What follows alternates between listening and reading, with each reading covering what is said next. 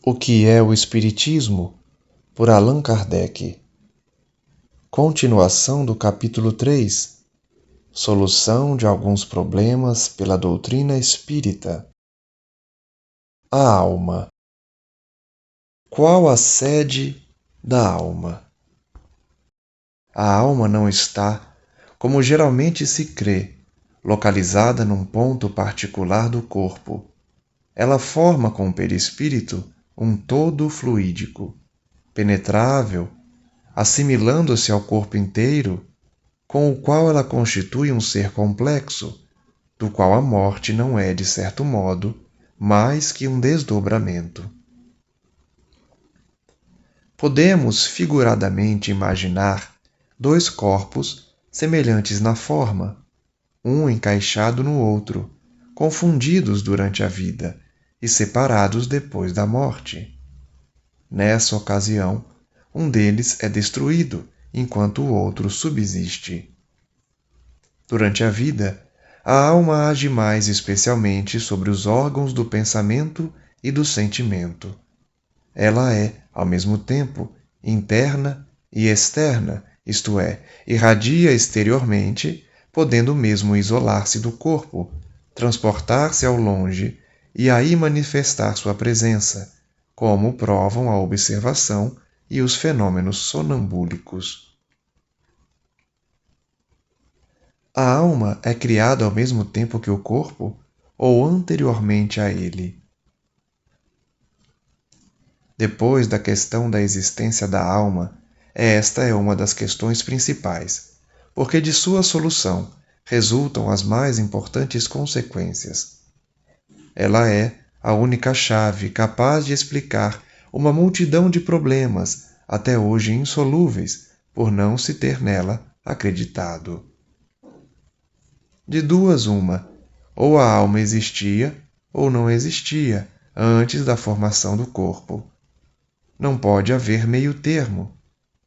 Com a pré-existência da alma, tudo se explica, lógica e naturalmente. Sem ela, tropeçamos a cada passo, sendo mesmo impossível justificar-se certos dogmas da Igreja, o que tem levado muitos pensadores à incredulidade. Os espíritos resolveram a questão afirmativamente, e os fatos, como a lógica, não podem deixar dúvidas a esse respeito. Que se admita, ao menos como hipótese, a pré-existência da alma, e teremos resolvido a maioria das dificuldades. Se a alma já existia antes da sua união com o corpo, tinha ela sua individualidade e consciência de si? Sem individualidade e sem consciência de si mesma, seria como se ela não existisse. Antes da sua união com o corpo, a alma já tinha feito algum progresso ou estava estacionária? O progresso anterior da alma é, ao mesmo tempo, demonstrado pela observação dos fatos e pelo ensino dos espíritos. Deus criou as almas iguais, moral e intelectualmente, ou teria feito umas mais perfeitas e inteligentes que as outras? Se Deus as tivesse feito umas mais perfeitas que as outras, essa preferência não se conciliaria com a sua justiça. Sendo todas as criaturas obra sua, por que ele dispensaria do trabalho algumas delas, quando o impõe a outras para alcançarem a felicidade eterna? A desigualdade da alma, em sua origem, seria a negação da justiça de Deus. Se as almas são criadas iguais, como explicar a diversidade de aptidões e predisposições naturais que existe entre os homens na Terra? Essa diversidade é a consequência do progresso feito pela alma antes de sua união com o corpo. As almas mais adiantadas em inteligência e moralidade são as que viveram mais e mais progrediram antes de sua encarnação. Qual o estado da alma em sua origem? As almas são criadas simples e ignorantes, isto é, sem ciência e sem conhecimento do bem e do mal, mas com igual aptidão para tudo. A princípio, encontram-se numa espécie de infância, sem vontade própria e sem consciência perfeita de sua existência. Pouco a pouco, o livre-arbítrio se desenvolve, ao mesmo tempo que as ideias. O Livro dos Espíritos, questões 114 e seguintes. A alma fez esse progresso anterior no estado de alma propriamente dita ou em precedente existência corpórea. Além do ensino dos espíritos sobre esse ponto, o estudo dos diferentes graus de adiantamento do homem na Terra prova que o progresso anterior da alma deve fazer-se em uma série de existências corpóreas, mais ou menos numerosas, segundo o grau a que ele chegou. A prova disto está na observação dos fatos que diariamente estão sob os nossos olhos. O Livro dos Espíritos, questões 166 a 222. Revista Espírita, abril de 1862. O homem durante a vida terrena. Como e em que momento se opera a união da alma ao corpo? Desde a concepção, o espírito, ainda que errante, está preso por um cordão fluídico ao corpo com o qual se deve unir. Este laço se encurta cada vez mais à medida que o corpo se desenvolve.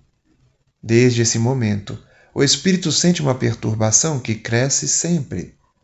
Ao aproximar-se do nascimento, essa perturbação se torna completa. O espírito perde a consciência de si mesmo e não recobra as ideias senão gradualmente, a partir do momento em que a criança começa a respirar. A união é, então, completa e definitiva. Qual o estado intelectual da alma da criança no momento de nascer?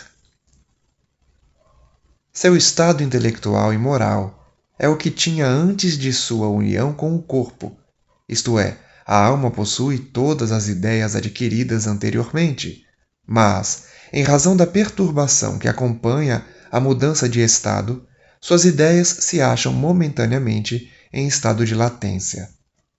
Elas se vão esclarecendo aos poucos, mas não podem manifestar-se senão proporcionalmente ao desenvolvimento dos órgãos. Qual a origem das ideias inatas, das disposições precoces, das aptidões instintivas para uma arte ou ciência, abstração feita de toda instrução? As ideias inatas não podem ter senão duas fontes: a criação de almas mais perfeitas umas que as outras, no caso de serem criadas ao mesmo tempo que o corpo, ou um progresso anterior, realizado por elas antes da encarnação. Sendo a primeira hipótese incompatível com a justiça de Deus, só resta a segunda. As ideias inatas são o resultado dos conhecimentos adquiridos nas existências anteriores e que se conservaram no estado de intuição para servirem de base à aquisição de novas ideias.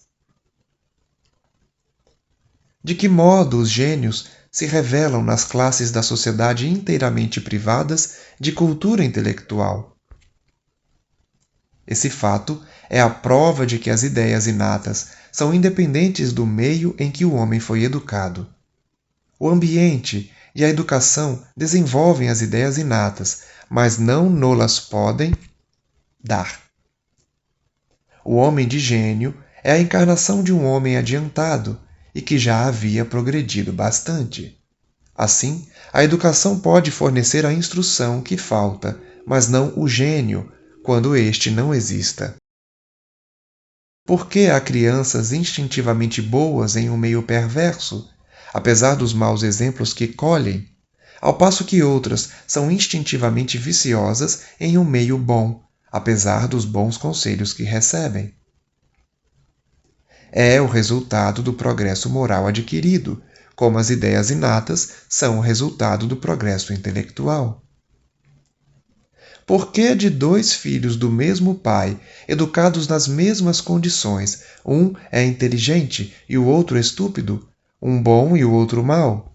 Por que o filho de um homem genial é algumas vezes um tolo, e o de um tolo um homem de gênio?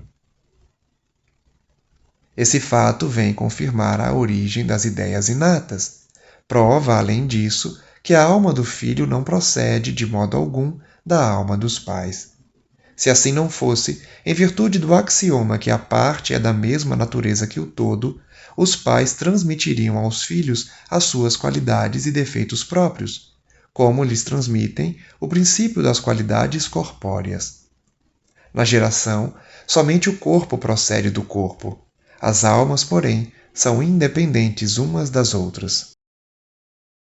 Se as almas são independentes umas das outras, de onde veio o amor dos pais pelos filhos e destes por aqueles?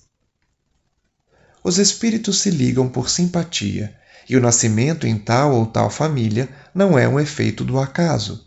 Depende, muitas vezes, da escolha feita pelo espírito, que vem juntar-se àqueles a quem amou no mundo espiritual ou em existências anteriores.